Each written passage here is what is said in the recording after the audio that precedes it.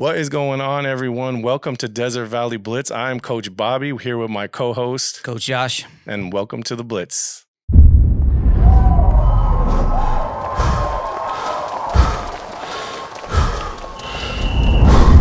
All right, Coach Josh. So I know you have a extensive background in the football game. You kind of want to tell me. I know where you started, but where'd you start with the love of the football?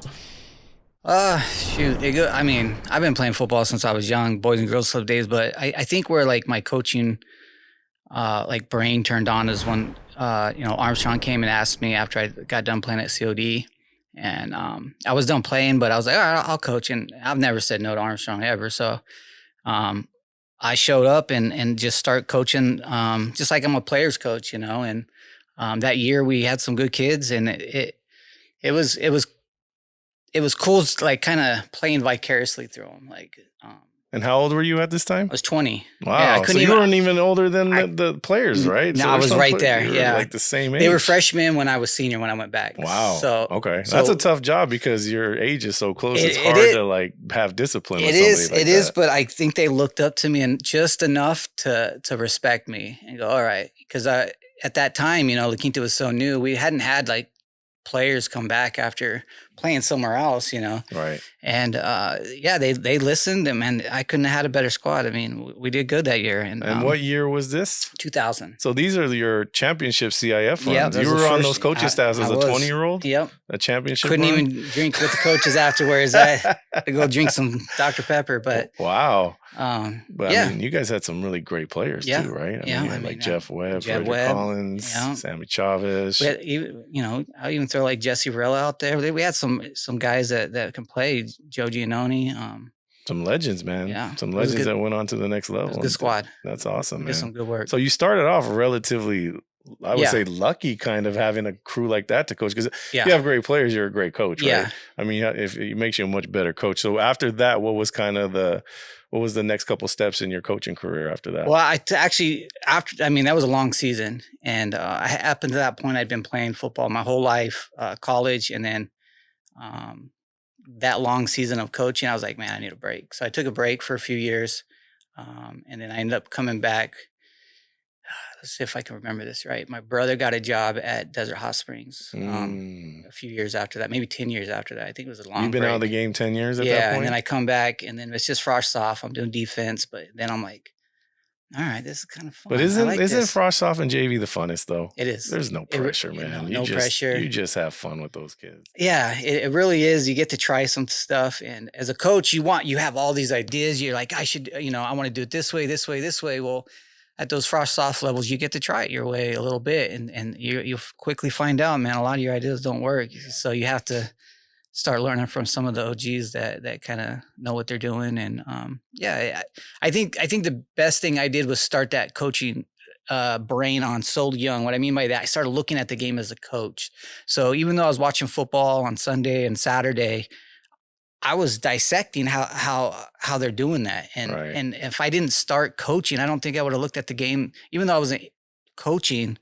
I was looking at the game through a coach. So it takes you to a whole different level. Yeah. I've always been told that I'm no fun to watch football with anymore because I'm always looking at fronts and blitzes and coverages. Yeah. And people are like, dude, you take the fun out of it, man. Just like, let me enjoy, let me enjoy my team and my touchdown. I'm like, you're not even watching the ball. I don't care what the backside backer's doing on that run play, So it does kind of ruin it for everybody else around you. But for us coaches, it's very fun. A detailed, it's fun. It's a detail oriented It's fun watching someone run a 3-3 stack or how they attack it, and it really is a fun game when you get down into it. And that's the ultimate team game too. Yeah, I mean, there's a lot of things that we can teach through that game to young men to become young men. It's like you can't just. It's not like basketball where you have one superstar that can go out there and just dominate a game like Vaughn or MJ. If you have the best running back in the world in the NFL, if he don't got no line, if you don't go, it's not gonna matter, right? I mean, he's gonna be tackled for a loss, and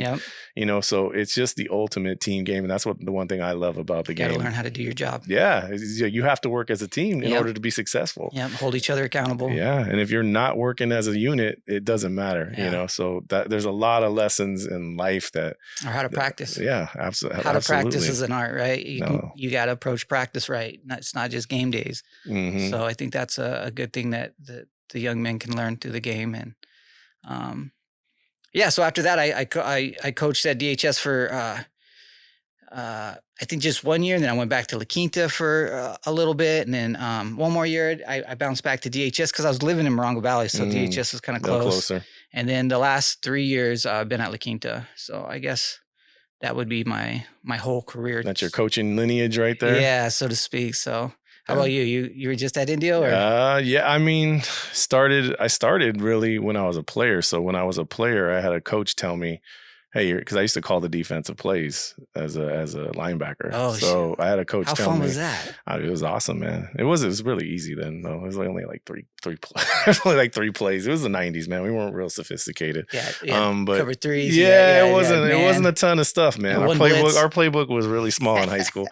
But still, that's pretty cool, though. Yeah, but I had a coach that was really good, and he told me, hey, you're a coach on the field. When you graduate, because I know you're going to college, if you want a job, I got a job for you. So here I was, how young? 22 years old. So you're young too. Yeah, 22 years old coming, and I was moving back down here because it's cheaper to live with my, to try and find your footing as a young man. And so I took that job, coached the JV, and it was fun, man. Yeah, it was fun. I mean, it was like I had to learn a lot. Like I was a great front guy because I was a linebacker and defensive end as a player, and I had to learn back. I had to learn the backside. So I did the opposite. I learned the backside, and then I had to learn the stunts and the box and the techniques and So I took that on.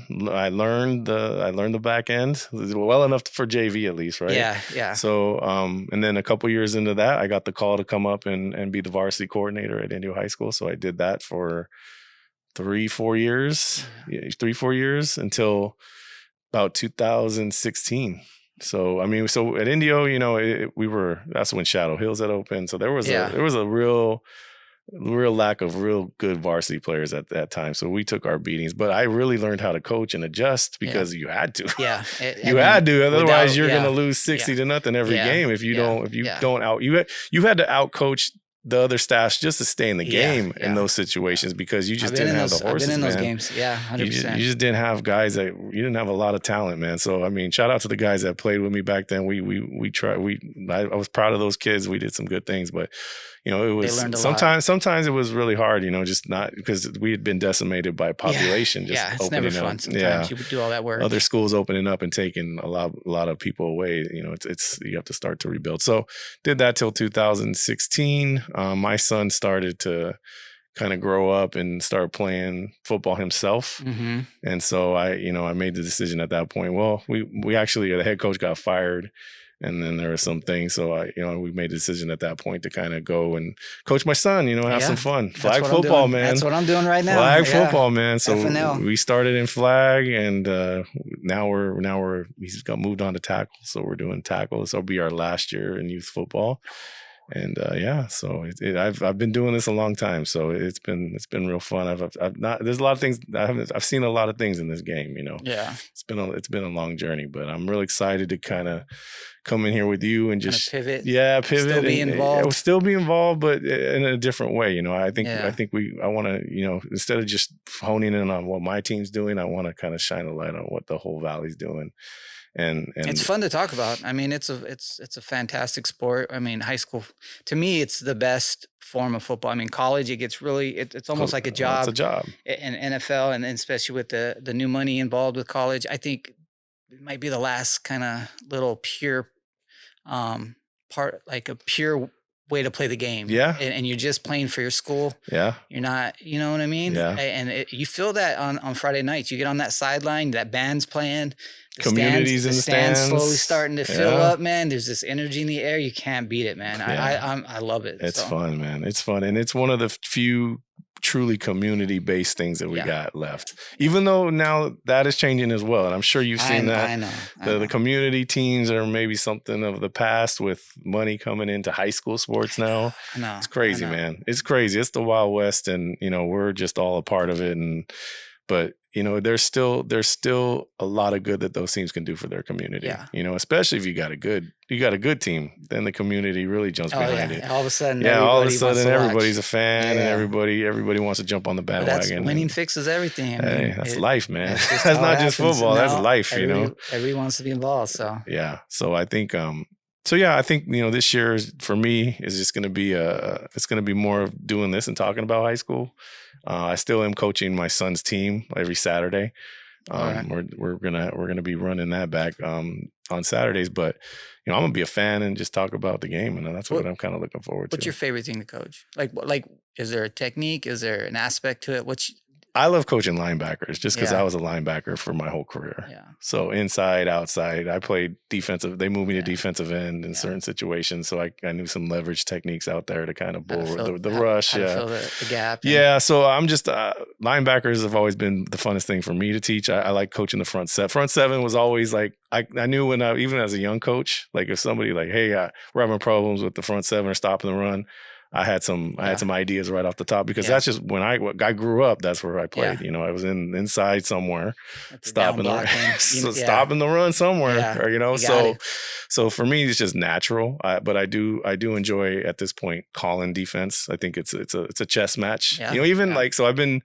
I'm used to the varsity chess match, which is ongoing. You're looking at film during game now. You're making online, immediate adjustments. Got to have a good kid on the field that knows what's going on. You can talk to him. And I do kind of miss that on the youth level because on the youth level we don't have as much tools. So the adjustment you do. I kind of do a lot in your head. Huh? I do. I do make adjustments sometimes, but we don't have a lot of practice time, so you don't have a ton in. And also, it's like if you make too many adjustments on that level, it's counterproductive. In your head, it'll work, but the kids aren't going to pick it up. Yeah, and that's something I had to learn. Yeah, me too. My first year, we made way too many adjustments, and we kind of suffered for it. So I kind of dialed it back. You don't practice it, you can't do it. So. Absolutely. I learned it too. And on the youth game, you get 1 day of defensive practice to prepare, to put a whole game plan in, which is nothing. And then some of your best kids, some of your starters might not even be at that practice. So then you're really not making it. You're really not making any adjustments. You're trying to have a practice before the game. You're like, hey, you. Right. So that is one thing and one aspect about the high school game that I kind of miss is that the chess match within the game that people don't like. Somebody watching would never even know what's going on, but between the coordinators, there's always that chess match. There's always that, you have an idea what you have to stop. And then they have the counter. Exactly. What are they going to do if they do get stopped? It's fun. You got to have A, B, C, D ready to go. All these adjustments ready to go, and you've had to practice it. So, that's the beautiful thing about the game, and something that like only us coaches would really know because watching the game from the stand, you don't know that where the linebackers overshooting the B gap. And, they're just watching where the ball is. Exactly. Who has the ball? They're just their eyes are. But we're watching. The backside and what's happening. And absolutely. A little bit more detailed. Yeah. But what coverage are they in? That's why we're football nerds. Yeah, that's why we can come in here and talk for an hour about, football. And that's, and that's kind of our thing. So, so are you excited about coming in here and talking about not just La Quinta this year, but you're going to have to talk about some other teams. I love La Quinta. That's my school. I went, I started that party off a long time ago, and it was fun to watch the story go on and how good they got. And I went back to help as much as I can the last 3 years. And just similar to you, my son's getting to that age where, he wants some attention too. I can't be gone all the time coaching. Right. And so I had to make that choice. So next couple years, I'm going to be helping him, but I'm going to go back. But I love desert football too. I remember game of the week when I was a kid waking up watching Palm Desert play, Indio on Saturday mornings. I mean, it was on TV. Remember these that? kids don't know how cool of an experience that was. It was a live broadcast. Yeah. They had sports. They had play-by-play. They had replay. Mm-hmm. Dude, you couldn't wait for that game. They were interviewing players after the game. Yeah, I don't know. We used to fight over that. Like, who was going to get that interview? We wanted to be on TV. You know? It was that little guy. Remember that guy?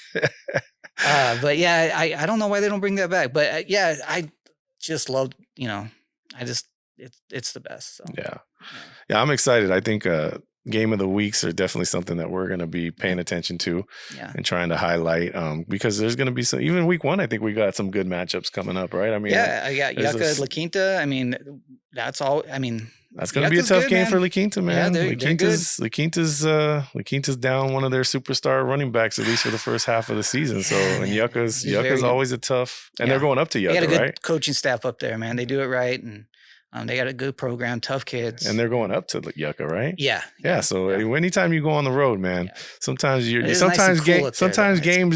don't travel on the bus sometimes. Sometimes you leave that game at home. So beware when you jump in, especially early in the season when you have no real identity at that point. So interesting matchup week 1, and we're going to be here to kind of follow those. As we get closer to, we can talk about it more. And we'll learn a lot week 1. I mean, we have an idea how good teams are going to be, but it always switches every year. I mean, there'll be some team that comes out of nowhere, like Desert Hot Springs last year. Came out of nowhere. Nobody expected them to do anything, and they made a nice run.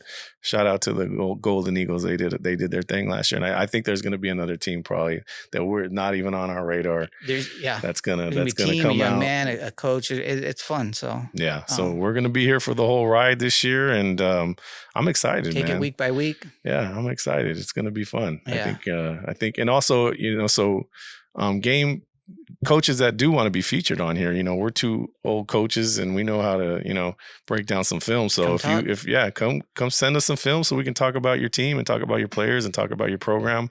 That's the kind of the goal of the show is to get that exposure for your team and your coaches and your players. So, and I want to learn more. I want to learn from different coaches, how they do things, how they structure practice. It could be anything that you like to coach. Come talk about it, man, because I want to learn and absorb everything. I might not be coaching this year, but my coaching brain's always going, man, and I'm going to try to get better, and because I am going to coach again. So come talk shop. Yeah. So. Come help us build that community. Come help us build that community down here of football coaches and that football community, which I think is really lacking. Being in that community for 20 years. We got to get out of that mindset of, we're only competition. We're actually partners. We're training partners. We're actually partners. If you think about it, the guy you're trying to beat every weekend is actually your partner in this thing. Because without him, there's no you. So let's build a community together. When we get on the field against each other, we're trying to kick each other's butts. But after that, we should, just come together and kind of build this community. When I was a kid, I hated Palm Desert, man. That was the game. I wanted to win. I woke up, there's a sign on my yard telling me how bad I sucked, and I wanted to beat those guys. But fast forward, 20, 25 years, whatever it's been, I see those guys out in the desert. It's all love. It's all love, man. They remember how good I was at one time, and then we'll talk about plays. Hey, remember when you blew me up? Remember when you did this? Those guys are going to be the ones that remember how good you were. So absolutely.